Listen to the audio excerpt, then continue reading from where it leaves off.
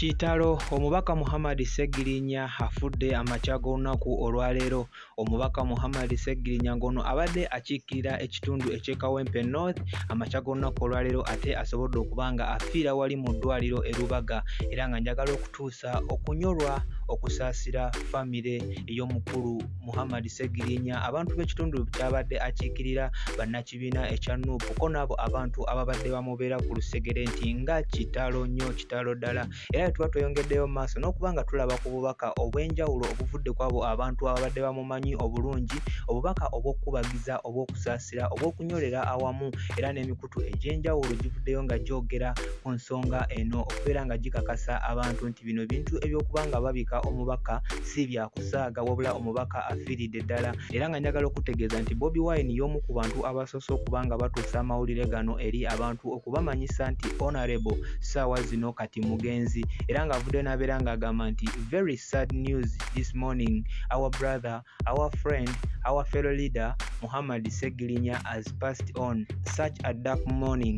Inna lillahi wa inna ilaihi raji'un. Era nga obubaka bwa Bobi Wine we mbambuzizza mu Luganda agambye nti amakya g'olunaku olwaleero bakedde kuba nga bafuna amawulire ag'entiisa oba ag'ennaku, ng'agamba nti muganda waffe, mukwano gwaffe, mukulembeze munnaffe honorable Sseggirinya asobodde okuba nga nte afa olunaku olwaleero, n'agamba nti olunaku lutandise si bulungi, era n'awunzika ng'agamba nti inna lillahi wa inna ilaihi raji'un. Ate nga omubaka Zaake Francis naye asobodde okuba ng'akozesa omukutu gwe gwa Facebook n'abeera ng'atuusa obubaka buno obw'okubagiza eri famire y'omukulu Sseggirinya, era ng'awandiise n'agamba it's heartbreaking to hear about the passing of Honorable Sseggirinya Muhammad. Rest in peace Honorable Sseggirinya Muhammad.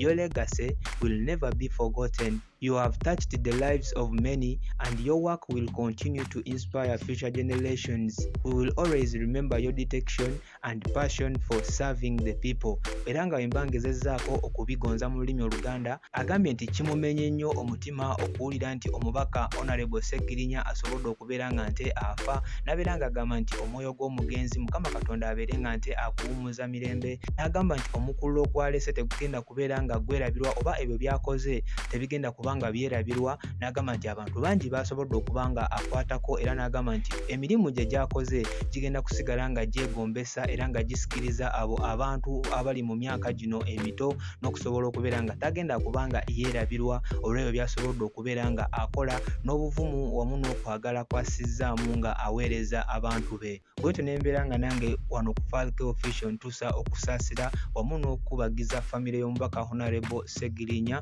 nti bambi Mukama Katonda abeere nga nte abagumya akaseera konna ke mugenda okuba nga muyitamu, ate era omwoyo gw'omugenzi abeere nga agulamuza mirembe.